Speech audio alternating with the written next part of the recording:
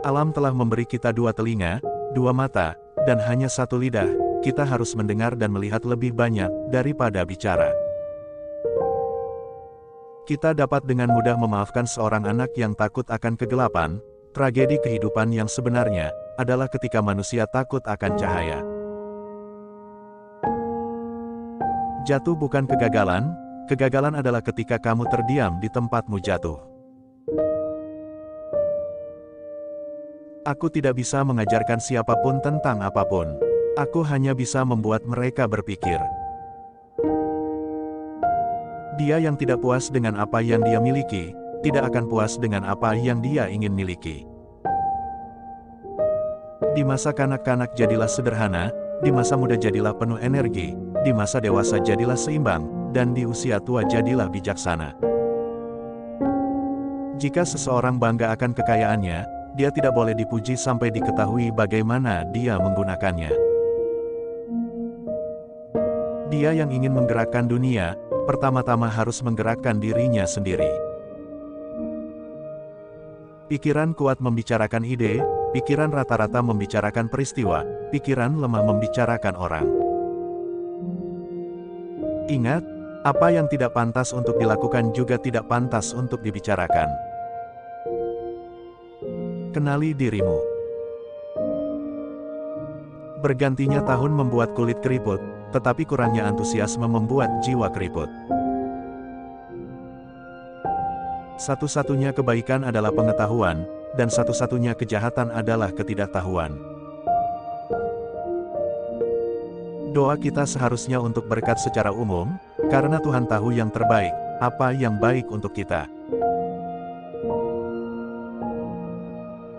Kebijaksanaan sejati datang kepada kita, ketika menyadari betapa sedikitnya kita memahami tentang kehidupan, diri sendiri, dan dunia di sekitar kita.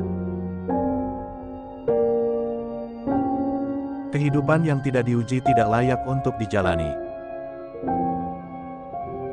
Rasa ingin tahu adalah awal dari kebijaksanaan. Manusia terdiri dari dua jenis orang, orang bijak yang tahu mereka bodoh, dan orang bodoh yang menganggap mereka bijak.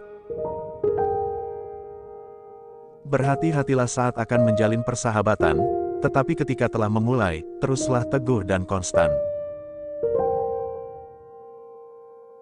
Gunakan waktumu untuk meningkatkan diri dengan tulisan orang lain, sehingga kamu akan dengan mudah menemukan apa yang telah diupayakan orang lain.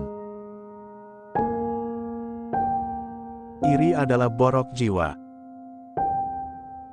Ketika perdebatan selesai, fitnah menjadi alat bagi yang kalah. Orang cerdas belajar dari segalanya dan dari semua orang biasa dari pengalaman mereka, orang bodoh sudah memiliki semua jawaban. Jika ingin menjadi penunggang kuda yang baik, tunggangi kuda terburuk, karena jika kamu bisa menjinakkannya, kamu bisa menjinakkan semua. Aku takut bahwa dengan mengamati benda-benda dengan mataku, dan mencoba memahaminya dengan masing-masing inderaku, aku mungkin akan membutakan jiwaku sama sekali. Rahasia kebahagiaan tidak ditemukan dalam mencari lebih banyak, tetapi dalam mengembangkan kemampuan untuk menikmati yang sedikit. Apakah kamu tidak malu menumpuk uang dan kehormatan dan reputasi, dan begitu sedikit peduli tentang kebijaksanaan dan kebenaran dan meningkatkan kualitas jiwa?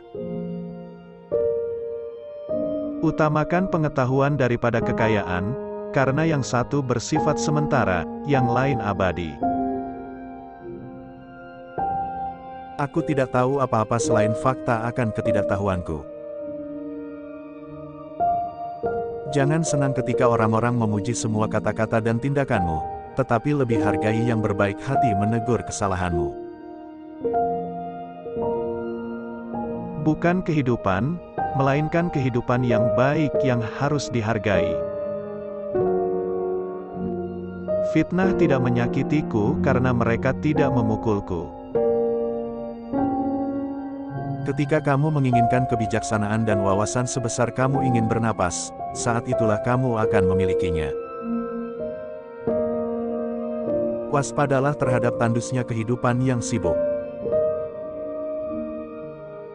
Ingat, tidak ada kondisi manusia yang permanen, maka kamu tidak boleh terlalu senang dengan nasib baik atau terlalu bersedih dalam nasib buruk. Aku menyimpulkan bukan kebijaksanaan yang memungkinkan penyair untuk menulis puisi mereka, tetapi semacam naluri atau inspirasi, seperti yang kamu temukan pada peramal dan nabi yang menyampaikan semua pesan mereka tanpa mengetahui sedikit pun artinya.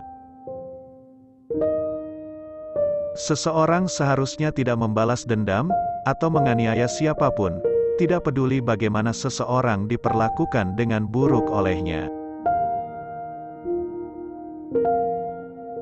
Jam keberangkatan telah tiba dan kita menempuh jalan masing-masing. Aku mati, dan kamu hidup.